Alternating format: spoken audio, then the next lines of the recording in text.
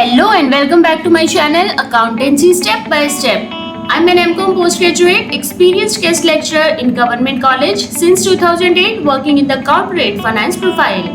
With the help of my YouTube channel and Facebook page, I am teaching you accountancy. So stay safe at home and study with me.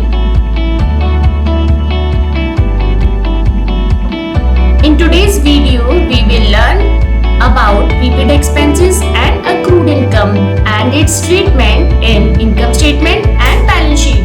Let's start. So today we have two more topics.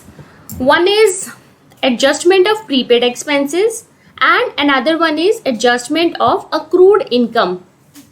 Okay, so first of all, we need to understand what do you mean by prepaid expenses. Look at this point again. Prepaid means prepaid, we have paid in advance expenses, some expenses which the company has paid in advance. So if something we have paid in advance, it means that is not related to the current accounting period. First of all, it means we will have to deduct it because that is not related to this accounting period. And while preparing the income statements, we have to take all those transactions which are related to this accounting period. So prepaid expenses are those expenses which we have paid in advance. So we need to deduct it. And the other thing is that is our asset. So that will go in the asset because we have prepaid it. We don't need to pay it later on. We have paid it earlier. Okay. So let's understand what the term is saying. There are several items of expenses which are paid in advance in the normal course of business operation, which are paid in advance. At the end of the accounting period, it is found that the benefit of such expenses have not yet been fully received. A portion of its benefit would be received in the next accounting period.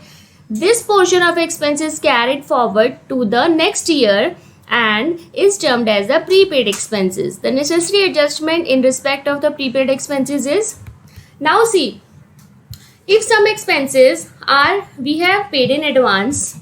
Now let's understand the adjustment entry is given here is prepaid expenses to concerned expenses. Now we need to understand how this adjustment entry made up. Okay, so let's go to the sheet in which all the formulas are here. This is related to expenses. Now we need to understand whether the expenses are decreasing or increasing in the current accounting period. As per this rule, if expense is increasing, then we need to debit. If decreases, we need to credit. So in this case, we have prepaid those expenses. So it means prepaid advance payment. It means those are not related to this accounting period. It means basically the expenses are decreasing.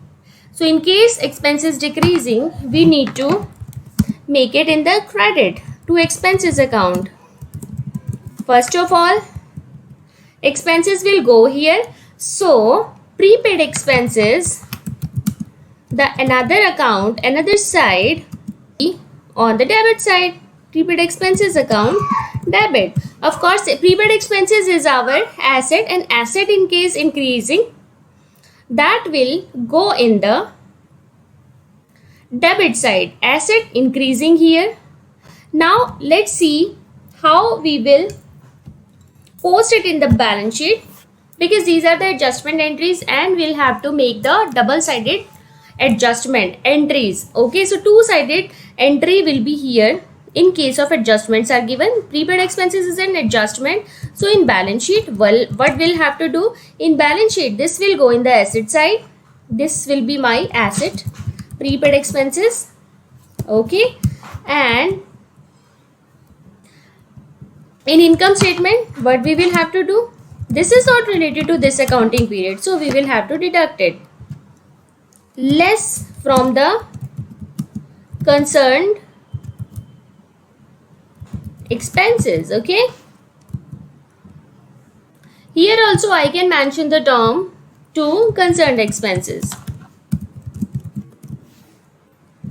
Fine, I hope this is clear now. If not yet clear, just think about the term. What is the term saying? If expenses are increasing or decreasing. In this case, prepaid expenses means expenses are not related to this accounting period. It means these are decreasing. We'll have to deduct it. If decreasing, then that will go in the credit side.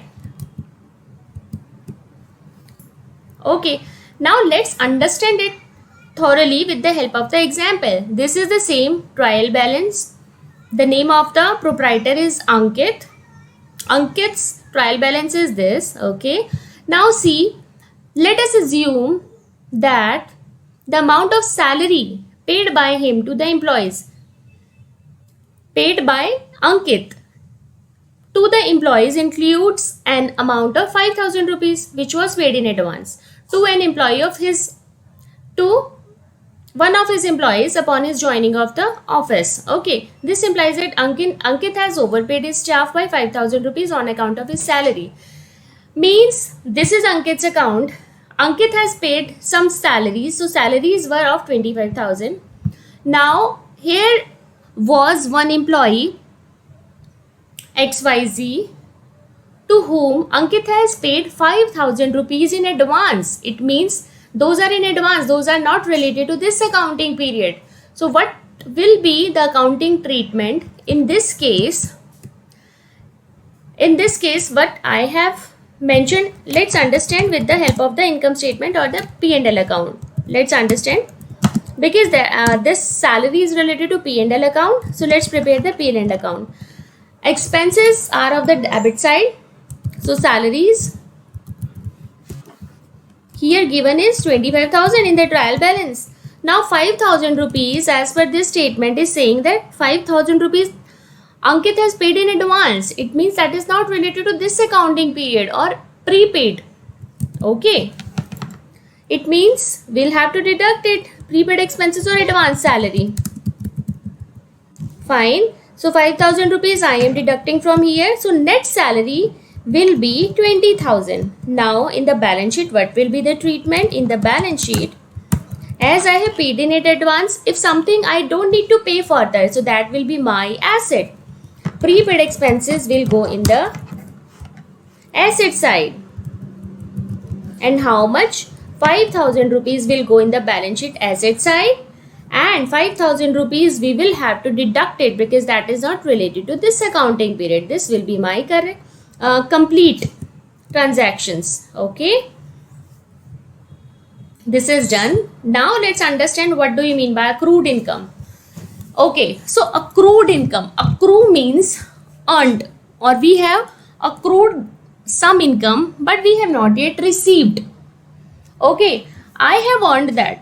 I have earned that. It means that is related to this period, this accounting period. It means I will have to add it. This is increasing. In case the income is increasing, I will have to credit it. That will go in the credit side.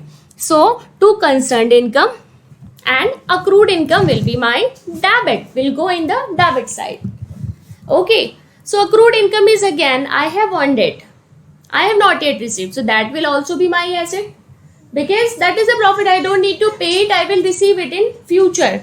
Okay, so to concerned income, just think about the formula. Let's go into this sheet. In this case, what has happened? Income earned. It means that is related to this period, increasing. Okay, so that will go in the credit side. So the entry will be to concerned income. Guys, what we can do, we can enter one account if something is very clear to you. Like in this case, first of all I am considering about the income, so I am sure that this will go in the credit side. So I am just taking credit account into consideration as of now, concerned income. Okay, now accrued income. Accrued income will be my asset. I have accrued that and I will receive in future. So that will be my asset. Entry will be accrued income account debit to concerned income. Okay, and the accounting treatment will be in the balance sheet. What I will do, I will put it in the asset side. Accrued income will go in the balance sheet asset side. I have already accrued it but we have not received, so I will receive it. So the point is how we can consider that what will go in the liability or asset. See, first of all, this is clear. that adjustment entries will go in balance sheet also. So if something I need to pay in future, that will be my liability, and something if I will receive, that will be my asset. So in this case, I have not received my earned income. I have earned something that I will receive in future. So that will be my asset. So first of all, this will go in balance sheet asset side, and in income statement, what will be the entry? What will be the transaction? So in this case, concerned income, what this income is increasing, I have earned it, so that is related to this period only, so I will have to add it. Okay, add in the concerned income. Okay, so this will be my complete entry. So let's understand with the help of the given statement. This is the trial balance given over here. Let's understand what is written over here is, in the trial balance of Ankit, you will notice an item of commission received amounting to rupees 5,000. Commission received. Where is commission? Here.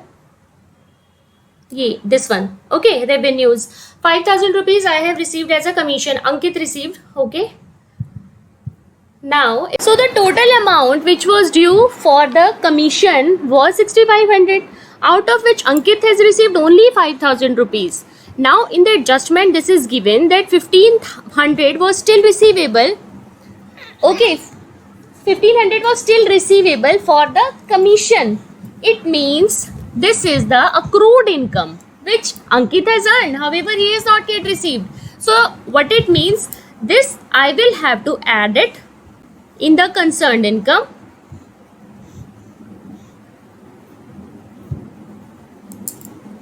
Okay, because that is related to this period. So I will add it in the concerned income in the income statement. P&L account. Commission is related to P&L account. So commission, this is the revenue. In commission, I will add it 1,500 rupees, and this 1,500 rupees will be my asset. Okay, so in balance sheet also, this will be my asset, and but I will say commission receivable or accrued income, and this will go in the balance sheet also. Okay, accrued income or accrued commission, I can say 1,500 rupees. So that's it for today. Just understand the terms. As of now, we have learned about the outstanding expenses, prepaid expenses, and accrued income. In next topic, I will cover accrued expenses also. Okay, so stay safe at home. Subscribe my channel, click on the bell icon. Also share the link with the accountancy student so that they also can get the benefit. I will see you in my next video with some more adjustment entries. Till then, bye-bye. Please subscribe my channel Accountancy Step by Step and click on the bell icon to get the notification once I will upload my new topic. And follow my Facebook page also with the name of Accountancy Step by Step. All the videos are there also. I will see you in my next video.